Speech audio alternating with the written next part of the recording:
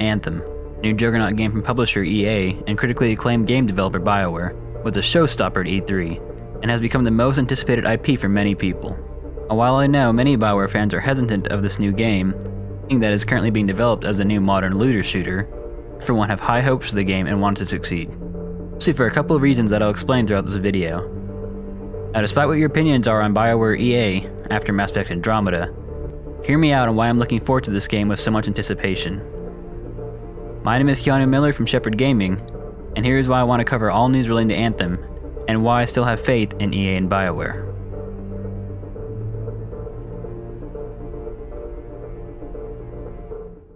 It's no secret EA is developing Anthem to be in direct competition with Activision's Destiny. While Destiny was released to a mountain of controversy regarding broken promises, the amount of money needed for DLC, and a void of a coherent single player, the game was a massive commercial success, and has since gathered an immense following to become a new titan IP in the gaming industry.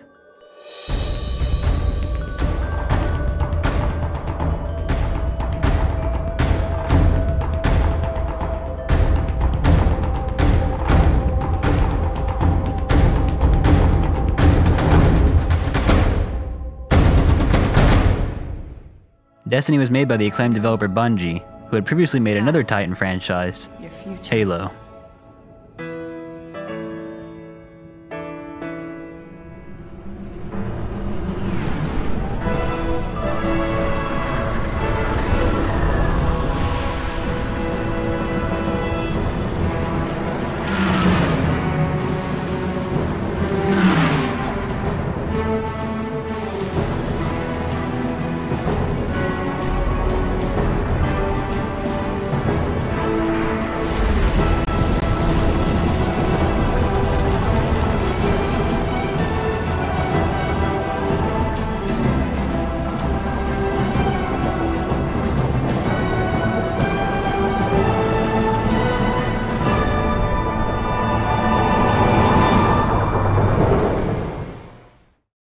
Now, if you have seen my channel homepage, you will have seen my gamertag on Xbox as Master in Chief. While it may be a lame gamertag, it is special to me, as Halo 2 is what got me into video games. I've had this gamertag for almost 14 years now. Mass Effect might be my favorite series. Halo is my favorite console FPS. I used to search every day on Google for any news relating to the next Halo, and watch every video documentary of the game at least 10 times while waiting for the next Halo game. I would even invite friends over for the midnight launch to do some split-screen multiplayer, and set up my own LAN parties. Halo night. Wow, it's gonna be sick. Just about to get started. One TV. We're all the ladies, yeah. A projector. Oh, yeah, this is a huge screen right here. Another Xbox right there. Her colors were like a brown turtle. Halo to me is something special and dearly loved, and a franchise that I still play to this day. Knowing my relationship with Halo, it can be seen as a no-brainer as to why I was looking forward to Destiny. When Bungie showed off Destiny at E3 2013, I was beyond excited and figured the game was sure to be amazing.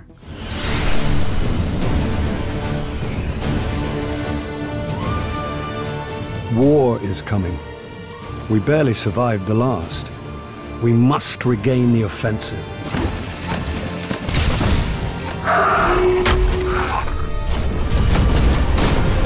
Why is the city breathing down my neck?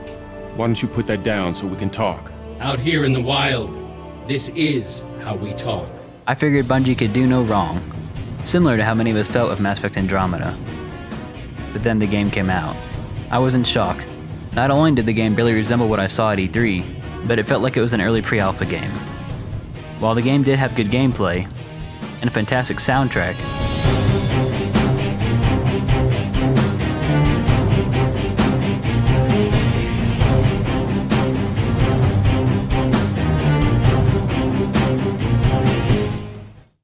it took almost 3 years for it to feel complete. For those who buy the game today with all DLC for $60, it's a good purchase. But for early adopters like me, if we wanted to have the complete package, the price of the game is upwards of $170 to the base game and 3 DLCs. That price is not including tax. In addition to being a very expensive game, Destiny was also controversial in how it was handled during development. Many articles and interviews revealed a troubled development that caused the old family of Bungie to split ways.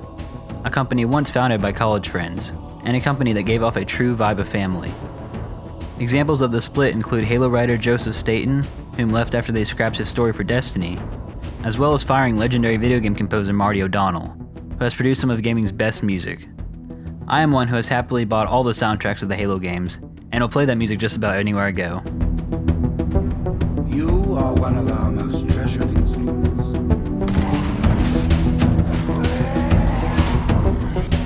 Long have you led your fleet with honor and distinction. The old Bungie was once touted as an up-and-coming developer that injected lots of love and care into their games. Destiny, however, was void of any of those feelings, and showed the new version of Bungie. For me personally, I will never truly be able to enjoy or accept Destiny. It has negatively affected the gaming community and split up one of my favorite game developers next to BioWare. In my opinion, that is too much to forgive right now, and it has left a sour taste in my mouth since 2014. Now in 2017, enter EA and Bioware with Anthem. The world of Anthem is hostile, and threats can come from any direction. It's a dynamic world where the unexpected is around every corner. I'm not sure money's always supplies on this guy. BioWare Edmonton has apparently been working on the game since 2014, back when it was codenamed Project Dylan, where the name was given due to BioWare's objective of making the Bob Dylan of gaming. EA has put almost all their chips into Anthem by dedicating one of the most talented teams towards it, and by giving them what looks like a blank check for development. Anthem will be released in a post-Destiny world, and it seems as if EA wants to better Destiny in every way. From what you have seen so far, the facial animation looks top-notch, the gameplay looks fast-paced and fun, and the world they have created looks incredible.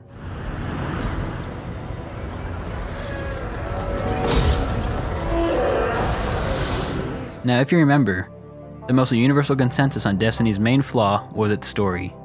EA took note of this, and the main writer of Anthem is none other than Drew Capetian, who has written the nostalgic and legendary icons Star Wars: The Old Republic and the first two Mass Effect games, as well as many books and novels. This is a massive step in the right direction in making sure that Anthem has a Bioware-esque story and plot to it. Only time can tell if this all plans out, but as of now, from what I have seen, things are looking great for Anthem. And I want it to be as successful as possible. If it is, it might be a win-win for Bioware fans and EA. It'll bring positivity to Bioware's name after Andromeda, and maybe make enough money for EA that they will spend more resources on Dragon Age 4, the rumored Knights of the Old Republic 3, and my personal hope, a new Mass Effect game. Another reason to have faith in Bioware and Anthem right now is that Bioware star, Casey Hudson, is back in charge. Man behind most of Bioware's best and greatest games. And besides Bioware's ensemble cast for Anthem, there's also one last reason you should have faith in them. EA and Bioware cannot afford to have the game fail in any way right now. With how Andromeda turned out, EA sure seems like they may win yet another Worst Company of the Year for poor execution on the beloved franchise. So EA needs to bring some positivity to their name, and relieve some of the hate and negativity many gamers may have towards them. The only company that needs even more positivity than EA is none other than Bioware. With Dragon Age Inquisition not resonating as well with a lot of longtime fans, and Andromeda being considered subpar by most, this is their final attempt and chance for redemption. If they fail with Anthem, or do not live up to players' expectations with it, they may never again be trusted by fans, and lose much of the love and nostalgic feeling that many people have towards Bioware. I hope you guys can now see why I'm excited for Anthem, why I still have faith in the game and the developers, and why I want to cover it here on the channel. I see a lot of possible good outcomes if it succeeds, but mostly, it has to succeed.